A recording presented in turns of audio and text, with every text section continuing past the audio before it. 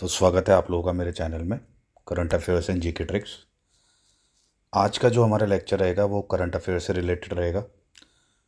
30 अक्टूबर के current affairs आपको इसमें देखने को मिलेंगे। ये करंट अफेयर्स जो भी मैं आप लोगों को यहाँ पे पढ़ाऊँगा वो सारे इंपॉर्टेंट हैं आपके एग्ज़ाम पॉइंट ऑफ व्यू से, तो इन्हें ध्यान से देखिएगा। और जो भी करंट अफेयर्स होंगे, जो भी हेडलाइंस होंगी, उनके नीचे उनकी एक्सप्लेनेशन मैं आप लोगों को दूंगा, ताकि आपके लिए जो भी पर्टिकुलर जीके से रिलेटेड सब्जेक्ट है उसको समझना और भी ज़्यादा आसान हो जाएगा इसमें। जैसे फॉर एग्ज़ाम्पल कोई भी पॉलिटी का करंट अफेयर है तो उसके नीचे उसका एग्ज़ाम्पल होगा। जैसे मैंने जो पिछला वाला करंट अफेयर्स का वीडियो अपलोड किया था, तो उस लेक्चर में आप लोगों ने नोट किया होगा कि जैसे SIR था, स्पेशल इंटेंसिव रिवीजन वाला जो टॉपिक था इलेक्शन कमीशन ऑफ इंडिया से रिलेटेड, वो पॉलिटी सब्जेक्ट का टॉपिक था जीके का। तो वहाँ पे मैंने उसकी जो भी न्यूज़ थी उसके नीचे उस पर्टिकुलर जीके सब्जेक्ट की एक्सप्लेनेशन के साथ में वो करंट अफेयर आपको समझाया था। तो यहाँ भी ऐसा ही आपको देखने को मिलेगा। ठीक है, तो स्टार्ट करते हैं 30 अक्टूबर के करंट अफेयर्स। सबसे पहला जो इम्पोर्टेंट करंट अफेयर है आज का वो ये है कि जो अमेरिकन प्रेसिडेंट हैं डोनाल्ड ट्रंप, वो साउथ कोरिया गए थे। ठीक है, एपेक एक ऑर्गेनाइजेशन है, उसकी मीटिंग के लिए। एपेक क्या है? APEC Asian Pacific economic cooperation है। ठीक है, ये एशियन पैसिफिक इकोनॉमिक कॉपरेशन 1989 में बना था। हेडक्वार्टर इसका सिंगापुर में है। ठीक है, अभी जो मीटिंग 2025 अक्टूबर 2025 में हुई है वो साउथ कोरिया में हुई है। ये मीटिंग साउथ कोरिया में हुई है। ठीक है, वैसे इसका जो हेडक्वार्टर है वो सिंगापुर में है, और इसका जो फुल फॉर्म है वो है एशियन पैसिफिक इकोनॉमिक कॉपरेशन। ये जो एशियन पैसिफिक इकोनॉमिक कॉपरेशन है, ये जो ऑर्गेनाइजेशन बनाया गया था, इसका मेन एम था ट्रेड को आगे बढ़ाना। और जो रीजनल इकोनॉमिक टाइज हैं, जैसे ये एशिया और पैसिफिक दोनों की जो भी रिलेटेड कंट्रीज हैं, उनके ट्रेड को आगे बढ़ाने के लिए, ट्रेड ग्रोथ को और बढ़ाने के लिए ये जो है ऑर्गेनाइजेशन बनाया गया था। ठीक है, जिसमें जितने भी मेंबर कंट्रीज हैं, वैसे 21 हैं। ये जो हैं वो एक तरह से, मतलब प्रेशर में नहीं है किसी तरीके से एक दूसरे से। मतलब ये जो हैं ये बाइंडिंग कमिटमेंट में नहीं है, सही वर्ड में आपको बताऊं तो ये जो है ये नॉन बाइंडिंग कमिटमेंट में है, और जो इनको सहूलियत के हिसाब से लगता है वो ये लोग डिसीजन लेते हैं। ठीक है, यहाँ पे जो है वो फ्री ट्रेड को बढ़ावा दिया जाता है।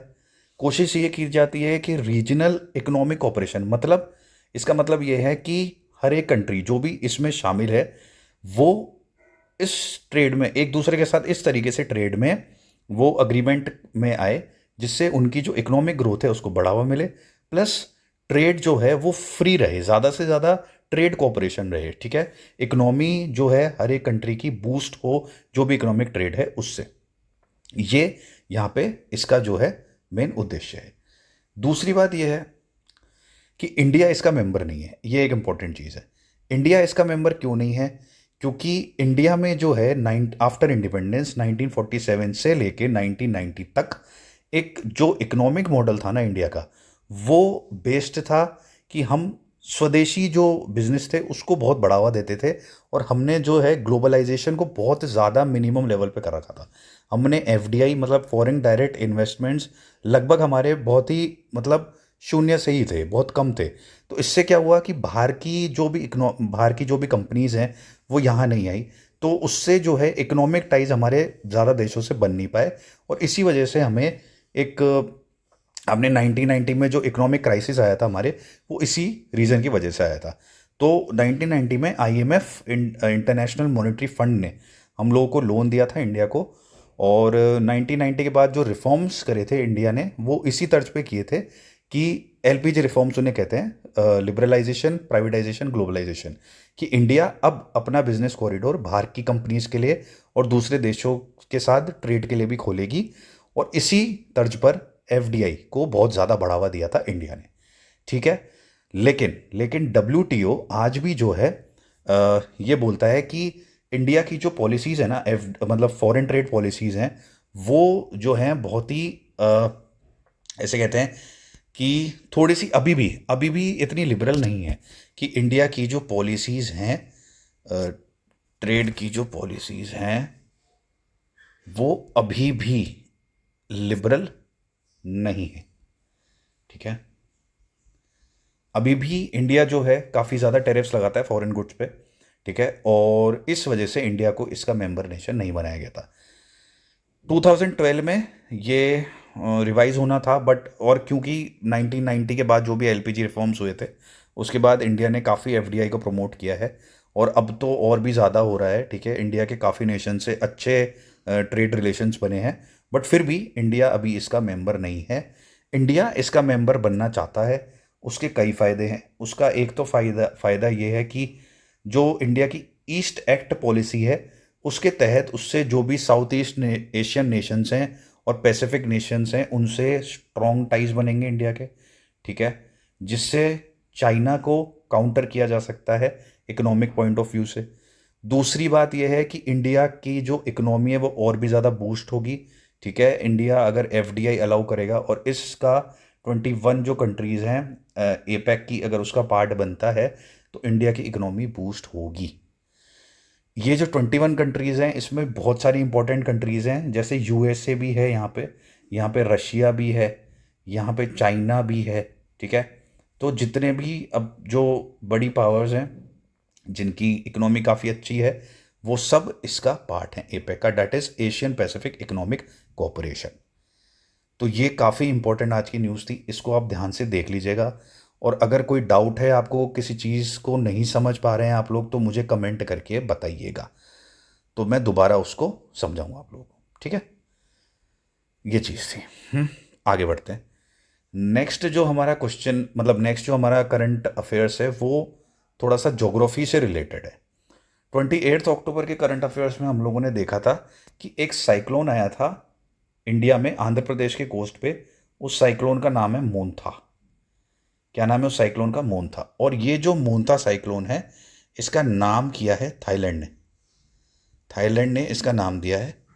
मोन्था एक ट्रॉपिकल साइक्लोन है। ठीक है, ये एक ट्रॉपिकल साइक्लोन है जो आंध्र प्रदेश के कोस्ट पे हिट किया था, और इसी साइक्लोन की वजह से हमें इंडिया में काफ़ी जगह जो है हल्की बूंदाबांदी या काफ़ी बारिश भी देखने को मिली थी।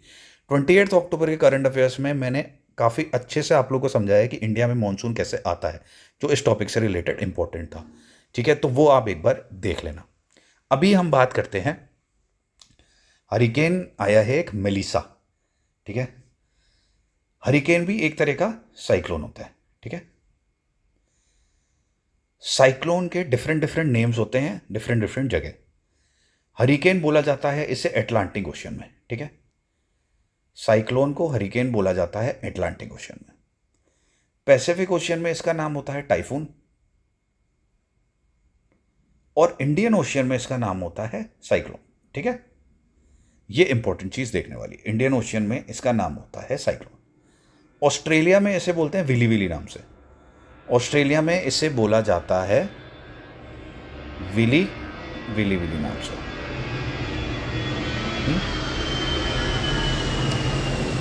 अब ये जो साइक्लोन आया है, ठीक है, मलीसा, इसे हरिकेन इसलिए बोला जा रहा है क्योंकि अटलांटिक ओशन में है।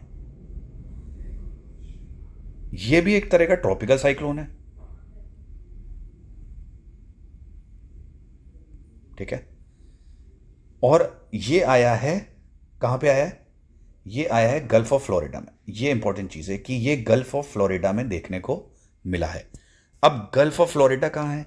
Gulf of Florida gulf of Florida जो है वो नॉर्थ अमेरिका कॉन्टिनेंट और साउथ अमेरिका कॉन्टिनेंट के बीच में जमाइका और क्यूबा के आसपास आया है। ठीक है, और ये जो गल्फ ऑफ फ्लोरिडा है ना, नॉर्थ अमेरिका के नीचे, इसमें वार्म ओशियन वाटर है। ठीक है, वार्म ओशियन वाटर देखने को मिलता है। आप लोग ये बात ध्यान रखिएगा कि जहां भी वार्म ओशियन वाटर देखने को मिलता है और जहां पे वार्म विंड आती है, क्योंकि विंड हमेशा हाई प्रेशर से लो प्रेशर की तरफ चलती है। ठीक है, विंड का मूवमेंट जो होता है वो हाई प्रेशर से लो प्रेशर की तरफ होता है, और जहां भी वार्म ओशियन वाटर होता है और जहां पे वार्म विंड चल रही होती है हाई प्रेशर से लो प्रेशर की तरफ, वहां पे क्या होता है कि कोरियोलिस फोर्स की वजह से वो विंड, क्योंकि कॉरियोलिस फोर्स क्या होता है कि नदर्न हेमिस्फीयर में राइट की तरफ लगता है, तो कॉरियोलिस फोर्स की वजह से वो विंड जो है वो राइट की तरफ घूमती है, राइट डायरेक्शन में, और उसी वजह से साइक्लोन क्रिएट होता है, जो कि किसमें, एंटी क्लॉकवाइज डायरेक्शन में चलता है। ठीक है, tropical cyclone anti clockwise direction में चलता है। ठीक है, तो साइक्लोन की क्या कंडीशन हो गई कि भाई जहां पे जिस गल्फ में वार्म ओशियन वाटर होगा, वार्म विंड आएगी, हाई प्रेशर से लो प्रेशर तक, और कौन सी विंड, ट्रेड विंड्स। ठीक है, ट्रेड विंड्स रिस्पॉन्सिबल होती हैं, तो ट्रेड विंड्स आएंगी, ठीक है, वो साइक्लोन क्रिएट करेंगी। तो इस वजह से यहां पे हरिकेन देखने को मिला है मलीसा नाम से। अब एक चीज ये बनती है यहां पे कि ये तो यहां पे देखने को मिला है, अभी मलीसा के बारे में आपको और थोड़ी चीज़ें बताऊंगा, फैक्ट्स बताऊंगा, लेकिन उससे पहले आप लोग ये देख लें कि साइक्लोन बनता कैसे है। ठीक है, और ये कितने टाइप का होता है। तो साइक्लोन जो है वो दो टाइप का होता है। एक होता है अपना हमारा ट्रॉपिकल, और एक होता है हमारा टेम्परेट। जो ट्रॉपिकल साइक्लोन बनता है वो यूजुअली, मैंने आपको एक तो बता दिया कि वार्म ओशियन वाटर होगा वहां पे बनेगा। ये 6 रीजन्स की वजह से बनता है। 6 रीजन रिस्पॉन्सिबल होते हैं ट्रॉपिकल साइक्लोन को बनाने में। SSC exam point of view से ये इतने ज़्यादा इंपॉर्टेंट नहीं है, लेकिन आप फिर भी थोड़ा बहुत इसको देख लें, समझ में आ जाएगा, आसान है। पहला जो रीज़न होता है वो होता है इसका लो प्रेशर। ठीक है, जहां पे लो प्रेशर क्रिएट होता है वहां पे ये बनेगा। दूसरा जो रीज़न होता है वो होता है सी टू सरफेस टेम्परेचर, जो कि 27 डिग्री से ज़्यादा होता है, 27 डिग्री सेल्सियस या उसके बराबर, तब ये बनता है। तीसरा रीज़न होता है इसका कोरोलिस फोर्स। ठीक है, चौथा रीज़न जो इसके बनने का होता है वो होता है वर्टिकल विंड। ठीक है, वर्टिकल विंड मिनिमम शेयर। ठीक है, वर्टिकल विंड मिनिमम शेयर। पांचवा रीज़न जो इसके बनने का होता है, ट्रॉपिकल साइक्लोन के बनने का, वो होता है अपवर्ड एयर डेविएशन। ठीक है, अपवर्ड एयर डेविएशन। ये 5 रीजन हो गए। और छठा और जो मोस्ट इंपॉर्टेंट रीजन होता है ना ट्रॉपिकल साइक्लोन बनने का, जो इसे फ्यूल करता है, वो होता है मॉइस्चर। ठीक है, वो होता है मॉइस्चर। मॉइस्चर एक बहुत बड़ा रीजन है ट्रॉपिकल साइक्लोन के बनने का। ठीक है, बहुत बड़ा रीजन। तो ट्रॉपिकल साइक्लोन के 6 रीजन हमने देख लिए। लो प्रेशर हो गया, सी टू सरफेस टेम्परेचर हो गया, ये हो गया वर्टिकल विंड मिनिमम शेयर, ठीक है, मॉइस्चर हो गया, कोरोलिस फोर्स हो गया, और अपवर्ड एयर डेविएशन। ठीक है, ये 6 रीजन होते हैं ट्रॉपिकल साइक्लोन बनने के। ट्रॉपिकल साइक्लोन सिर्फ ओशियंस में ही आते हैं, ये बात और ध्यान में रखना आप लोग, इंपॉर्टेंट है एग्जाम पॉइंट ऑफ व्यू से, कि ट्रॉपिकल साइक्लोन सिर्फ ओशियंस में ही हमें देखने को मिलते हैं। टेम्परेट साइक्लोन जो आने का रीजन है वो ये होता है कि टेम्परेट साइक्लोन जो है वो दो एयर में डिफरेंसेस की वजह से आते हैं। दो एयर मास होते हैं। ठीक है, टू वापस इसको यहाँ पे बना देता हूँ। तो साइक्लोन, ट्रॉपिकल और टेम्परेट। ठीक है, ट्रॉपिकल के हमने 6 रीजन देख लिए थे। टेम्परेट हम देख लेते हैं। टेम्परेट जो साइक्लोन आता है वो इसलिए आता है कि दो एयर मास होते हैं, उनके बीच में टेम्परेचर डिफरेंस आ जाता है। उसी टेम्परेचर डिफरेंस की वजह से दो एयर मास के बीच में ये साइक्लोन आता है, और इन दो एयर मास के बीच में जो टेम्परेचर डिफरेंस आता है उसकी वजह से बनते हैं फ्रंट्स। ठीक है, उसकी वजह से बनते हैं फ्रंट्स, और इन्हीं फ्रंट्स की वजह से ये टेम्परेट साइक्लोन जो है हमें देखने को मिलता है। तो साइक्लोन दो टाइप्स का हो गया, ट्रॉपिकल, टेम्परेट। ट्रॉपिकल आता है 6 रीजन की वजह से, जिसमें मॉइस्चर सबसे ज़्यादा मेन रीजन होता है। टेम्परेट साइक्लोन आता है टेम्परेचर डिफरेंस की वजह से दो एयर मास के बीच में, जैसे हॉट एयर मास और कोल्ड एयर मास, और उनकी बीच में बनते हैं उसी वजह से फ्रंट्स, और उन फ्रंट्स की वजह से आता है टेम्परेट साइक्लोन। ट्रॉपिकल साइक्लोन सिर्फ आपको ओशियंस में देखने को मिलेगा, लेकिन टेम्परेट साइक्लोन आपको लैंड और ओशियन दोनों में देखने को मिलता है। ठीक है,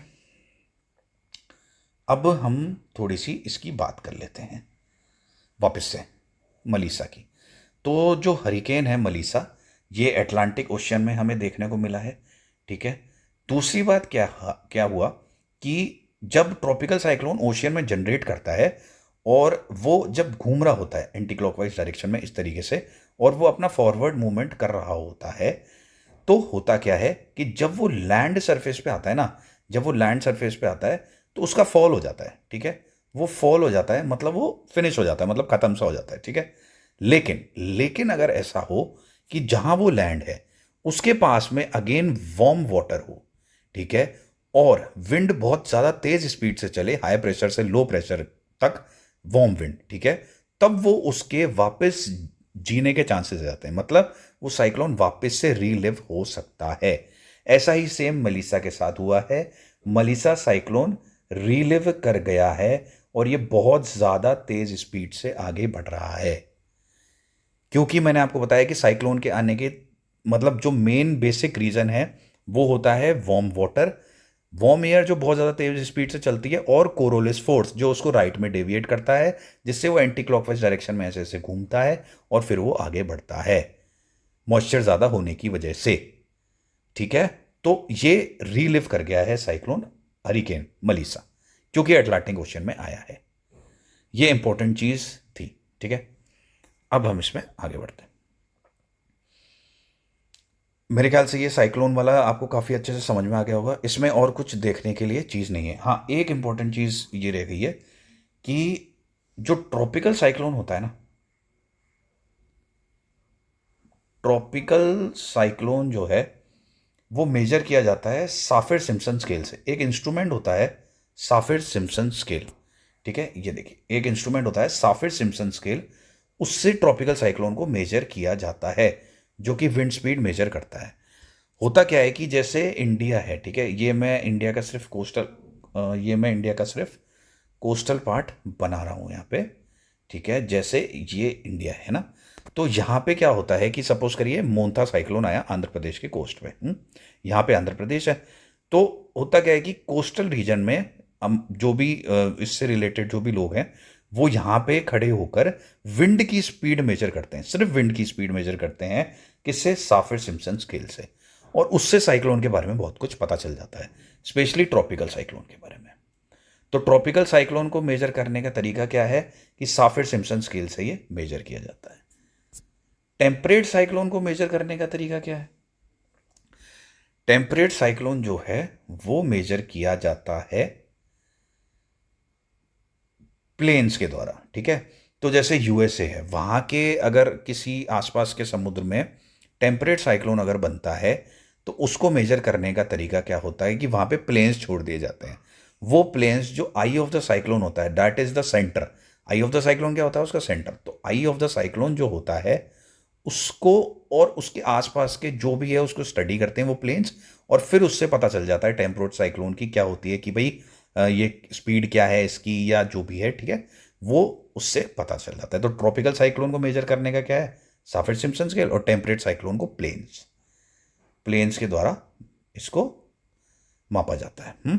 इसके बारे में पता किया जाता है टेम्परेट साइक्लोन के बारे में, ठीक है। और कुछ इसमें इंपॉर्टेंट नहीं है जानने के लिए। साइक्लोन मेरे ख्याल से मैंने आपको काफ़ी क्लियर कर दिया है, इसके अलावा साइक्लोन में पढ़ने की भी आपको ज़रूरत नहीं है कि वो बनता कैसे है, कितने टाइप का होता है और क्या रीजंस होते हैं, ठीक है। ट्रॉपिकल साइक्लोन के आने का main reason moisture, Coriolis force और वार्म वाटर, ये सब हैं, ठीक है। और टेम्परेट के आने के फ्रंट्स, टेम्परेचर डिफरेंस की वजह से एयर मासेस के। नेक्स्ट न्यूज़ की तरफ बढ़ते हैं।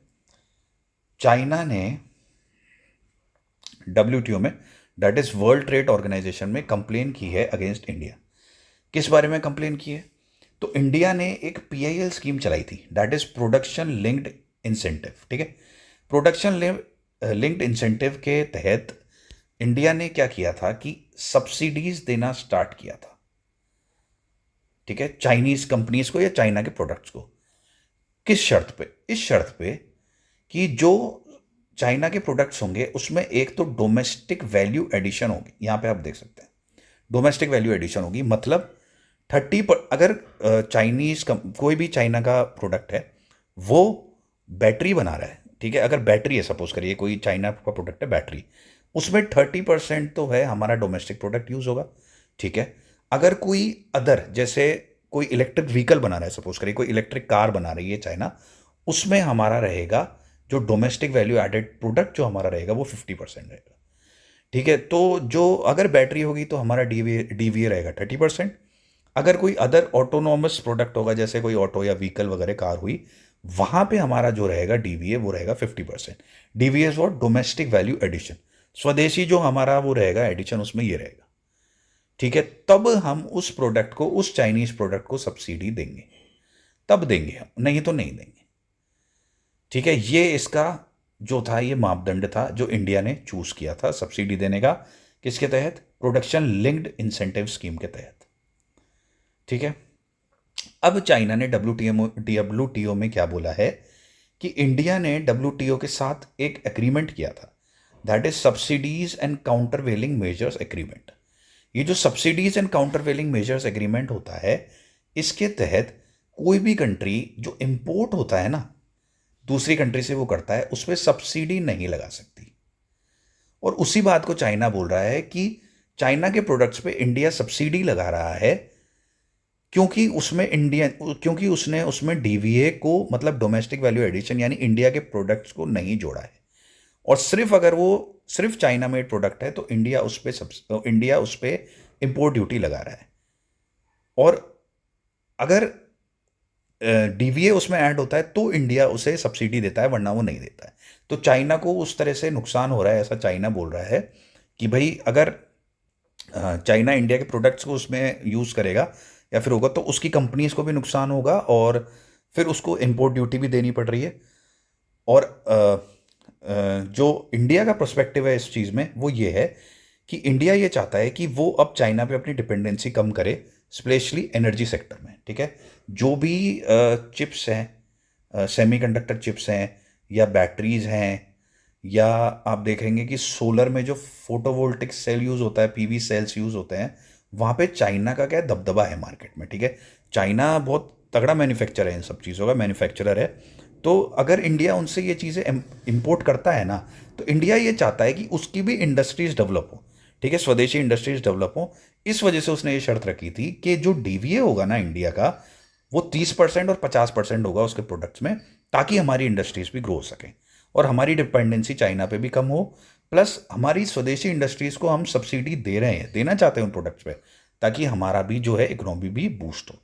लेकिन चाइना इस बात को बोल रहा है कि क्योंकि इंडिया ने subsidies and countervailing measures agreement किया था डब्ल्यूटीओ के साथ, जहां पे इंपोर्ट जो किए गए प्रोडक्ट्स हैं उस पर सब्सिडीज आप नहीं लगा सकते, तो चाइना इसको गलत ठहरा रहा है और बोल रहा है कि जो ये पीआईएल स्कीम शुरू करी है, या तो इसमें चेंज करें या इसे हटाएं। और इंडिया ने ये जवाब दिया है कि कोई मैंडेटरी नहीं है। इंडिया ने बोला है कि मैंडेटरी नहीं है, हमने तो हमारी पीआईएल में रूल्स बता दिए हैं, प्रोडक्शन लिंक इंसेंटिव स्कीम में रूल्स बता दिए हैं कि अगर आप डीवीए यूज करोगे अपने प्रोडक्ट्स में, that is domestic value add करोगे, ठीक है, इंडिया की उसका प्रोडक्ट्स का, तो ही हम उस पे प्रोडक्ट पे सब्सिडी देंगे, नहीं तो नहीं देंगे। ठीक है, तो ये मैंडेटरी नहीं, अगर आपको मानना है तो मानो, नहीं तो आपकी मर्जी है। ठीक है, ये इंडिया ने वहां पे जवाब दिया। अब डब्ल्यूटीओ इस चीज को स्टडी कर रहा है, रूल्स वगैरह देख रहा है कि भाई क्या रूल्स हैं, और उस हिसाब से कोई भी डिसीजन लिया जाएगा। आगे बढ़ते हैं। नेक्स्ट जो इंपॉर्टेंट हमारी करंट अफेयर है वो है नॉर्वे और इंडिया से रिलेटेड। ठीक है, तो नॉर्वे जो है वो ईएफटीए का पार्ट है। Now what is EFTA? EFTA is European free trade agreement. ठीक है, जो यूरोप के, ईयू के जो नेशंस हैं उनका ये फ्री ट्रेड एग्रीमेंट है, यूरोपियन फ्री ट्रेड एग्रीमेंट। ठीक है, तो ईएफटीए के तहत इंडिया ने एग्रीमेंट किया हुआ है, और उसी जो ईएफटीए का एक देश है जो है नॉर्वे। ईएफटीए जो है यूरोपियन फ्री ट्रेड एग्रीमेंट, उसमें 4 देश आते हैं। उन चारों देशों का नाम यहाँ पे लिखा हुआ है, that is Norway, Switzerland, Iceland और लिशेनस्टीन। ठीक है, नॉर्वे, स्विट्जरलैंड, आइसलैंड और लिशेनस्टीन, ये चारों देश ईएफटीए के तहत इंडिया के साथ एग्रीमेंट कर चुके हैं, that is European free trade agreement. उसी के तहत नॉर्वे ने अभी इंडिया के साथ एक ग्रीन मैरीटाइम अग्रीमेंट साइन किया है, या यूं कह ले कि ग्रीन मैरीटाइम पार्टनर वो बन गया है इंडिया के साथ। कौन? नॉर्वे। इसके तहत क्या हो रहा है कि इंडिया एक मैरीटाइम वीक मना रहा है 2025 में। इसमें ये जो भी मैरीटाइम मैं आपको बता रहा हूं ना, ये रिलेटेड है शिपिंग से, ठीक है? शिपिंग से रिलेटेड है, बड़ी बोट्स बनाना, शिप्स बनाना, ठीक है? उस चीज़ से रिलेटेड है। उसमें इंडिया और नॉर्वे का जो क्या एम है दोनों का, ये क्यों किया है इन्होंने, नॉर्वे और इंडिया ने ग्रीन मैरीटाइम पार्टनर्स बने, क्यों बने हैं? इसमें इनका ये एम है कि ये जो फॉसिल फ्यूल्स यूज़ करती हैं, जो पेट्रोलियम या उन पे चलती हैं शिप्स, उनका प्रोडक्शन बंद करके ये क्या करे कि ग्रीन शिपिंग करे। ग्रीन शिपिंग का मतलब है ऐसी शिप्स बनाए जो एनवायरनमेंट के लिए नुकसानदेह ना हो और फायदा पहुंचाए एनवायरनमेंट को, ठीक है?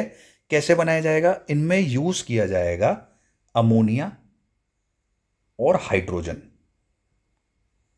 ठीक है? अमोनिया और हाइड्रोजन को एज अ फ्यूल यूज किया जाएगा पेट्रोलियम या अदर प्रोडक्ट्स के जगह। इससे क्या होगा कि एनवायरनमेंट में पोल्यूशन बहुत ज़्यादा कम होगा, ठीक है? शिप्स ऐसी बनेंगी जो वाटर पोल्यूशन भी नहीं करेंगी, और इससे इंडिया को क्या क्या फ़ायदा होगा? बहुत ज़्यादा फ़ायदा होगा। इससे इंडिया की जो बेरोज़गारी है वो कम होगी, क्योंकि नॉर्वे यहाँ के जो वर्कर्स हैं, इंडिया की जो वर्कफोर्स है, उनको ट्रेन करेगा शिप बिल्डिंग वगैरह में, ठीक है? ग्रीन शिप बिल्डिंग वगैरह में, और वो वर्कफोर्स स्किल्ड वर्कफोर्स हो जाएगी, और उससे उनके लिए जॉब अपॉर्चुनिटीज़ क्रिएट होंगी। नॉर्वे के लिए क्या फ़ायदा है कि नॉर्वे को बहुत सारी काफ़ी जो शिप इंडस्ट्री में उसकी उसको महारत हासिल है, उसमें शिप्स उसकी बढ़ेंगी, प्लस उसकी इकोनॉमी बूस्ट होगी, क्योंकि वो कई लोगों को यहाँ पे रोजगार देगा, ठीक है? तो ये काफ़ी अच्छा स्टेप है, ये यूरोपियन फ्री ट्रेड एग्रीमेंट के तहत, ठीक है, जो ग्रीन शिपिंग हो रही है। और क्योंकि इसमें एनवायरनमेंट को भी फ़ायदा है, ऑल्टरनेटिव फ्यूल्स का इस्तेमाल किया जा रहा है, ठीक है? तो ये इंपॉर्टेंट न्यूज़ थी। आगे बढ़ते हैं।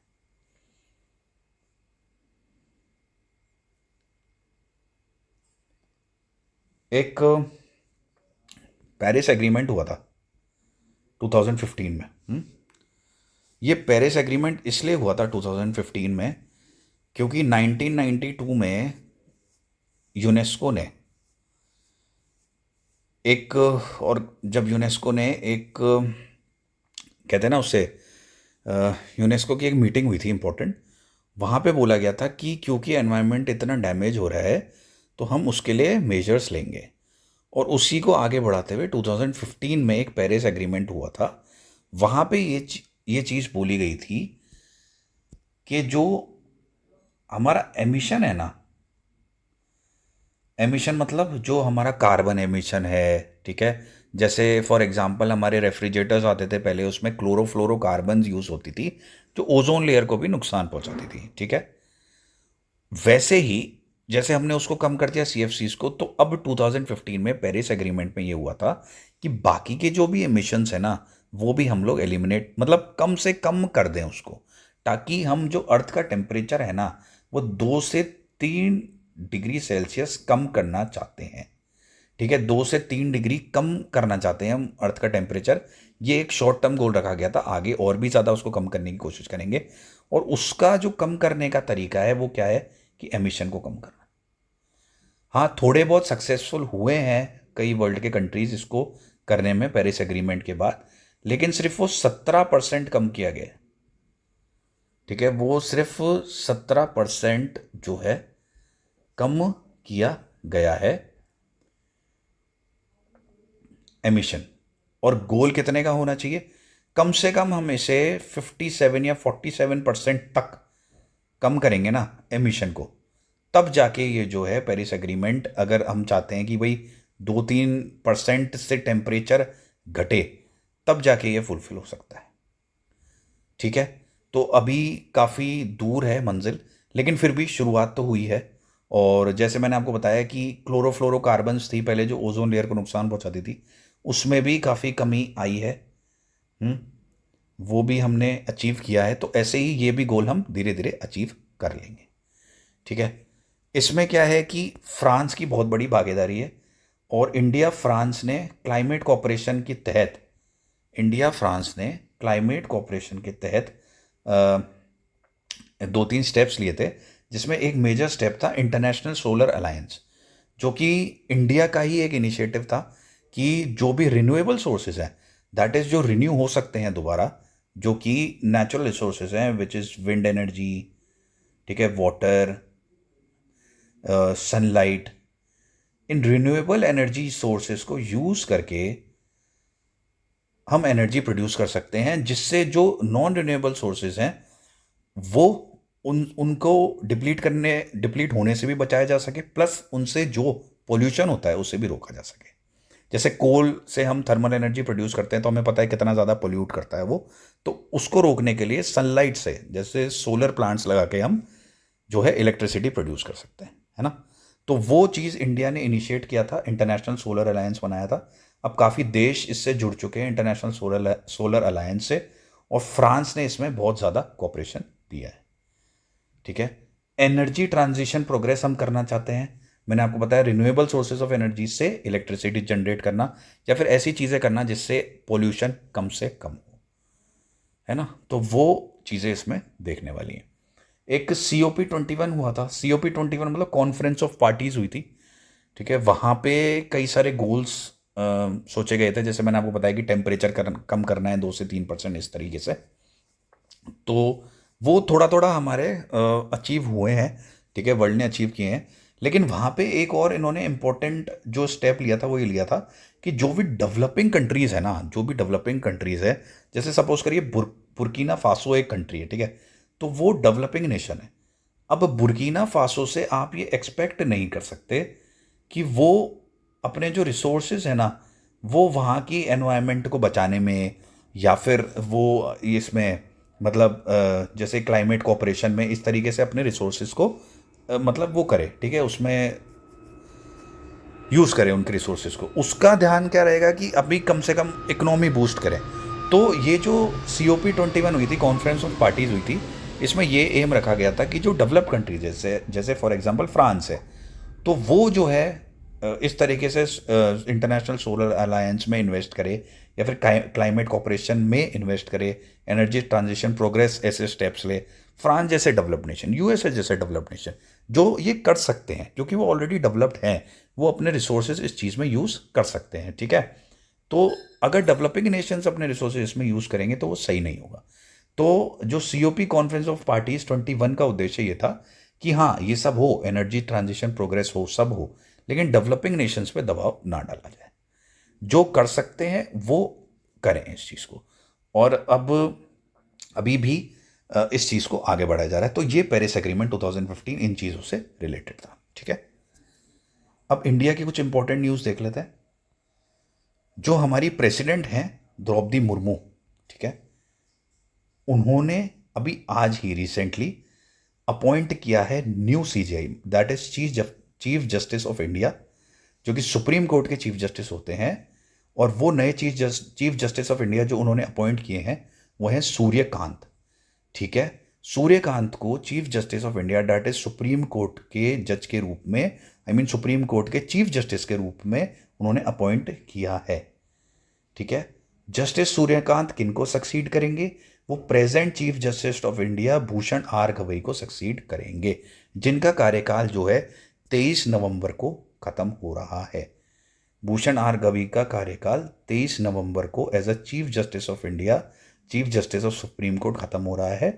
और जो जस्टिस सूर्यकांत हैं वो 24 नवंबर से अपना पद संभालेंगे शपथ ग्रहण के बाद। और ये कब तक पद पर बने रहेंगे? ये पद पर अपने बने रहेंगे 9 फरवरी 2027 तक, क्योंकि अभी ये 63 ईयर्स के हैं। और जो सुप्रीम कोर्ट का चीफ जस्टिस है, जो सुप्रीम कोर्ट के जज हैं, उनका कार्यकाल कब तक होता है? या तो 5 साल या फिर 65 साल की। एक सेकंड, जो सुप्रीम कोर्ट के जज होते हैं, ठीक है, उनका कार्यकाल होता है या तो 5 साल या 65 साल की एज तक, जो भी पहले हो, ठीक है। तो क्योंकि जस्टिस सूर्यकांत जो हैं वो अभी 63 साल के हैं, तो उनका अभी कार्यकाल ऑलमोस्ट 1.5 साल का है। तो अभी वो अगर 24 नवंबर को अपॉइंट होते हैं, जो कि होंगे वो, तो उनका कार्यकाल चलेगा 9 फरवरी 2027 तक। ठीक है, शपथ इनको राष्ट्रपति दिलाता है। ये आप एक चीज़ देख लीजिएगा। दो तीन चीज़ें हम इससे रिलेटेड देख लेते हैं कि सुप्रीम कोर्ट के जो चीफ जस्टिस है उसकी अपॉइंटमेंट कैसे होती है। तो एक कॉलेजियम प्रोसेस चलता है हमारी कंट्री में। क्या नाम है? अपॉइंट करने के लिए, सुप्रीम कोर्ट के जज को अपॉइंट करने के लिए, फॉर मैटर ऑफ फैक्ट जैसे सीजीआई को अपॉइंट करने के लिए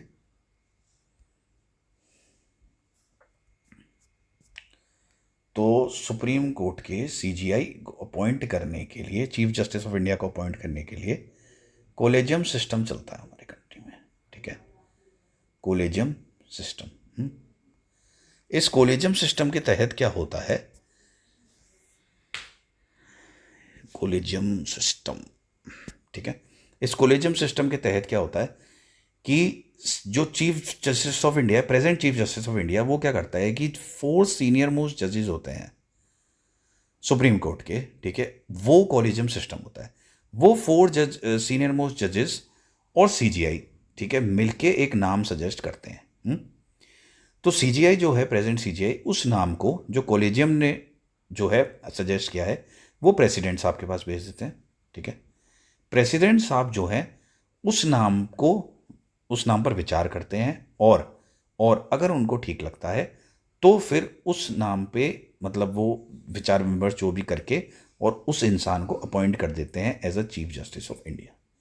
ठीक है, ऐसे काम करता है कोलेजियम सिस्टम। 4 सीनियर मोस्ट जजेस होते हैं और सीजीआई होते हैं, फिर वो नाम सजेस्ट किया जाता है प्रेसिडेंट साहब को और फिर प्रेसिडेंट साहब की मर्जी के अनुसार उसको बना दिया जाता है। वैसे ये कहा जाता है कि एक तरह से बाइंडिंग होता है। सीजीआई जो प्रेजेंट है और 4 अदर जजेस जिन्होंने नाम रिकमेंड किया है, वो रिकमेंडेड नाम थोड़ा सा बाइंडिंग होता है प्रेसिडेंट पे। अब यहाँ पे प्रेसिडेंट से क्या मतलब है? प्रेसिडेंट से मतलब है रियल पावर जो है वो प्राइम मिनिस्टर और काउंसिल ऑफ मिनिस्टर्स के पास है। ठीक है, क्योंकि प्रेसिडेंट जो है वो किसकी सलाह से काम करते हैं? हमारे इंडियन कॉन्स्टिट्यूशन के अनुसार वो प्राइम मिनिस्टर और काउंसिल ऑफ मिनिस्टर्स की सलाह से काम करते हैं। ठीक है, थोड़ा सा और एक्स्ट्रा मैं आपको बता देता हूँ इसमें कि ये जो कोलेजियम सिस्टम है ये कैसे वर्क में आया कि 3 जजेस, 3 केसेस हुए थे। ठीक है, जिसे हम फर्स्ट जजेस केस, सेकंड जजेस केस और थर्ड जजेस केस के नाम से जानते हैं। फर्स्ट जजेस केस में मैं आपको एक उसमें लाइन में ही आपको जजमेंट बता देता हूँ कि उसमें बोला गया था फर्स्ट जजेस केस में कि सीजीआई नाम रिकमेंड कर सकता है लेकिन प्रेसिडेंट पे वो मानना नहीं मानना बाइंडिंग नहीं है। तो फर्स्ट जजेस केस में वो जो है नाम को है बाइंडिंग नहीं बताया गया था। ठीक है, जो फर्स्ट जजेस केस हुआ था उसमें बोला गया था कि नाम जो रिकमेंड करेंगे सीजीआई वो बाइंडिंग नहीं होगा प्रेसिडेंट पे। ठीक है, और यहां पे अभी कॉलेजियम सिस्टम नहीं आया था, मतलब वो किसी अदर जज से नहीं पूछ रहे थे सुप्रीम कोर्ट। सेकंड जजेस केस हुआ था। सेकंड जजेस केस में जो चीफ जस्टिस ऑफ इंडिया है, पहले उनको 2 सीनियर मोस्ट जजेस से कंसल्ट करना होगा सुप्रीम कोर्ट के। वो जो नाम सजेस्ट करेंगे वो राष्ट्रपति के पास भेजेंगे। ठीक है, और ये नाम बाइंडिंग होगा, इसे अब बाइंडिंग कर दिया गया था। और थर्ड जजेस केस में यह बोला गया था कि भाई जो सीजीआई है, जो चीफ जस्टिस ऑफ इंडिया है, वो 4 अदर सुप्रीम कोर्ट जजेस से पूछेंगे, 4 other senior most supreme court जजेस से पूछेंगे और वो मिलके एक नाम रिकमेंड करेंगे और वो नाम जो है वो प्रेसिडेंट के ऊपर बाइंडिंग होगा। ठीक है, ये ही प्रेजेंट कोलेजियम सिस्टम वर्क में है अभी। अगर 4 जो सुप्रीम कोर्ट के जज हैं, जो सीनियर मोस्ट, वो कोई नाम सजेस्ट करते हैं और उसमें से अगर 2 भी डिसएग्री करते हैं उस नाम पे, तो फिर उसे नहीं रिकमेंड किया जाता है, फिर दूसरे नाम को चुना जाता है। ये जो कोलेजियम सिस्टम है इसे थोड़ा सा काउंटर करने के लिए, क्योंकि अभी क्या हो गया था कि जुडिशरी की इंडिपेंडेंस के नाम पे क्या हो रहा था कि थोड़ी सी मनमानी चलने लग गई थी जुडिशरी की, है ना। ठीक है, ऐसे बोल रहे थे। तो एग्जीक्यूटिव ने क्या किया कि इसको काउंटर करने के लिए एक एनजेएसी भी लाए थे। NJAC 99th constitutional amendment act से ये लाया गया था, एनजेएसी। कॉन्स्टिट्यूशनल अमेंडमेंट क्या होता है ये सब मैं आपको जब भी पॉलिटी पढ़ाऊंगा, क्योंकि यहाँ पे इस चैनल पे जीके के जो भी सब्जेक्ट्स हैं मैं आप लोगों को पढ़ाऊंगा ट्रिक्स के साथ।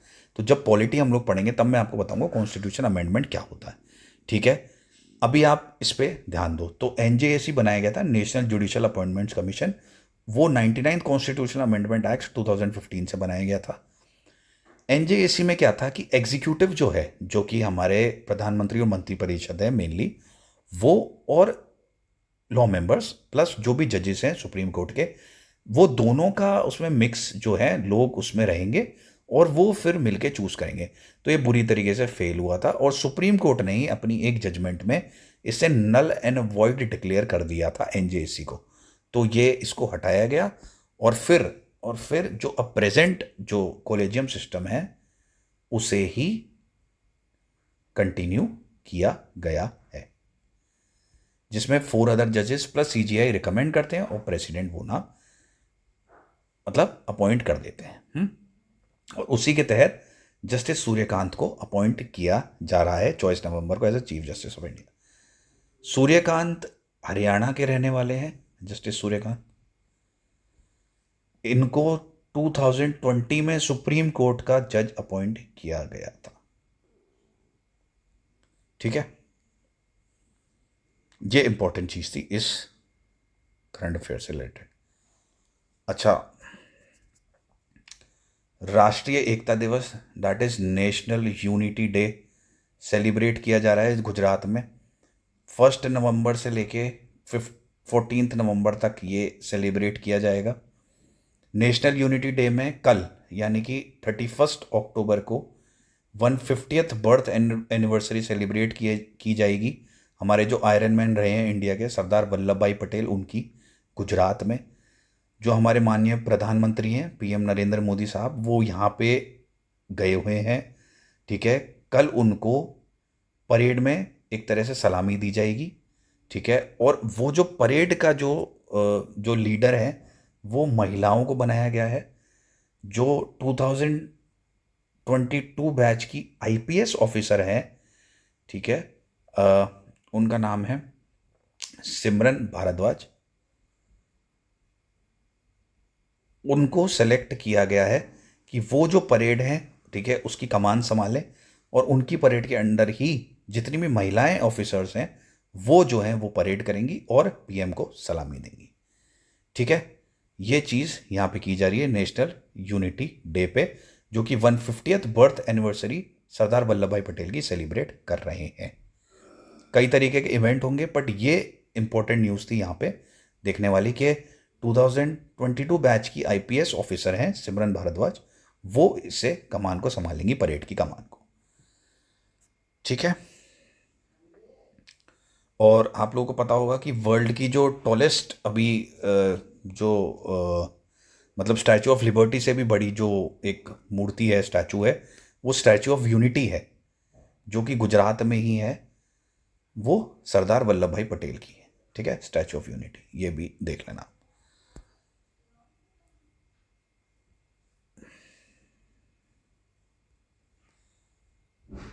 प्रेसिडेंट द्रौपदी मुर्मू ने राफेल फाइटर जेट में उड़ान भरी। राफेल फाइटर जेट में प्रेसिडेंट द्रौपदी मुर्मू ने उड़ान भरी। ठीक है, और वो ऐसा करने वाली पहली राष्ट्रपति, पहली फीमेल प्रेसिडेंट नहीं, फर्स्ट प्रेसिडेंट बन गई हैं वर्ल्ड की, जिन्होंने 2 फाइटर जेट्स, ठीक है, 2 fighter jets that is Rafale, जो कि अभी उन्होंने कल परसों में ही किया है, ठीक है, अक्टूबर 2025 में, और एक सुखोई जेट, ठीक है, सुखोई जेट में भी राष्ट्रपति द्रौपदी मुर्मू उड़ान भर चुकी हैं। तो वो ऐसा करने वाली पहली राष्ट्रपति बन गई है जिन्होंने 2 fighter jets that is Rafale और सुखोई दोनों में उड़ान भर ली है। ठीक है, और वो ऐसा करने वाली पहली महिला राष्ट्रपति भी हैं, फर्स्ट फीमेल प्रेसिडेंट भी हैं, और वो ऐसा करने वाली फर्स्ट प्रेसिडेंट भी हैं। ठीक है, प्रेसिडेंट द्रौपदी मुर्मू, जिन्होंने becomes the first president to fly in 2 fighter jets that is Rafale and Sukhoi. ठीक है, और आपको पता होगा कि जो प्रेसिडेंट होता है वो कमांडिंग मतलब सबसे बिगेस्ट कमांडिंग अथॉरिटी होता है, जो भी हमारी तीनों सेनाएं हैं उनका, दैट इज एयरफोर्स, ठीक है, और दैट इज आर्मी जो हमारी थल सेना है, और दैट इज अवर नेवी जो हमारी नेवी है। उन तीनों का जो मेन कमांडिंग ऑफिसर होता है उस वो प्रेसिडेंट होता है। ठीक है, इसमें एक इंपॉर्टेंट चीज नोटिस करने वाली ये है कि स्क्वाड्रन लीडर शिवांगी सिंह के साथ उन्होंने उड़ान भरी। ठीक है, शिवांगी सिंह जो हैं वो शिवांगी सिंह जो हैं वो फर्स्ट फीमेल पायलट हैं राफेल उड़ाने वाली। ये 2020 में इन्होंने राफेल को उड़ा लिया था। ठीक है, फर्स्ट फीमेल पायलट हैं स्क्वाड्रन लीडर शिवांगी सिंह, जिन्होंने 2020 में राफेल को उड़ाया था। ये बहुत इंपॉर्टेंट न्यूज़ है। प्लस ऑपरेशन जो सिंदूर हुआ था, जो इंडियन आर्मी ने, मतलब इंडियन जो हमारी फोर्सेस हैं उन्होंने कंडक्ट किया था ऑपरेशन सिंदूर, उसमें पाकिस्तान ऐसा झूठा दावा कर रहा था कि उन्होंने शिवांगी सिंह के प्लेन को शॉट डाउन कर दिया है, उनको सो कॉल्ड मतलब हिरासत में ले लिए। पर इंडिया ने इसे खारिज किया और इसका सबसे बड़ा सबूत आज प्रेसिडेंट द्रौपदी मुर्मू ने शिवांगी सिंह के साथ उड़ान भर के दिया। और ये बहुत प्राउड की बात है हमारे देश के लिए कि एक फीमेल पायलट ने प्रेसिडेंट के साथ उड़ान भरी। प्लस ऑपरेशन सिंदूर जैसे एक, मतलब होता है ना, एक गौरव वाले ऑपरेशन में, मतलब ऑपरेशन था वो, वहाँ पे उनका योगदान है। प्लस वो ऐसी करने वाली, राफेल उड़ाने वाली पहली फीमेल पायलट है जो उन्होंने 2020 में कर दिया था। शिवांगी सिंह जो हैं वो बनारस से हैं। ठीक है, ये बनारस से हैं और इन्होंने अंबाला में जो स्क्वाड्रन अभी है उसकी ये लीडर है। ठीक है, ये इंपॉर्टेंट करंट अफेयर्स थे आज से रिलेटेड। एक इंपॉर्टेंट करंट अफेयर आप स्पोर्ट्स से रिलेटेड सुन लीजिए, देख लीजिए। मतलब वो ये है कि इंडिया के जो वेटरन बैट्समैन हैं, that is former captain mister Rohit Sharma, उनको वनडे में आईसीसी बैट्समैन की रैंकिंग्स में फर्स्ट प्लेस मिली है। अभी वो फर्स्ट नंबर पे हैं आईसीसी वनडे रैंकिंग्स में बैट्समैन की, रोहित शर्मा, जो कि एक डेकेड से, पिछले 10 सालों से टॉप 10 बैट्समैन की लिस्ट में हमेशा रहे हैं। बट अभी फर्स्ट टाइम, क्योंकि उन्होंने सिडनी में थर्ड वनडे में जो है 121 रन्स की पारी खेली थी, उसकी वजह से उन्होंने अफगानिस्तान के एक बैट्समैन और इंडिया के ही शुभमन गिल को, दोनों को पीछे छोड़ा और अब वो आईसीसी वनडे रैंकिंग में बैट्समैन की लिस्ट पे फर्स्ट नंबर पे आ गए हैं। ठीक है, ये आज के करंट अफेयर्स थे, उनके साथ इनकी एक्सप्लेनेशन थी। आई होप आपको काफ़ी फ़ायदा मिला होगा इस लेक्चर से। अगर आपको ये लेक्चर अच्छा लगा है, आपको लगा है कि हाँ फ़ायदा मिला है, ठीक है, जो भी एजुकेशन इस चैनल पे इस लेक्चर में आप लोगों को मिली है वो आपको अच्छी लगी है, तो लाइक ज़रूर करें वीडियो को, चैनल को सब्सक्राइब करें, क्योंकि मैं आने वाले टाइम में बहुत ज़्यादा अच्छी जीके टिप्स के साथ लेक्चर्स लाऊंगा आपको, जो भी जीके के सब्जेक्ट्स हैं, प्लस जितने भी इम्पोर्टेंट करंट अफेयर्स हैं वो भी मैं आपको वीडियोस के थ्रू प्रोवाइड कराऊंगा।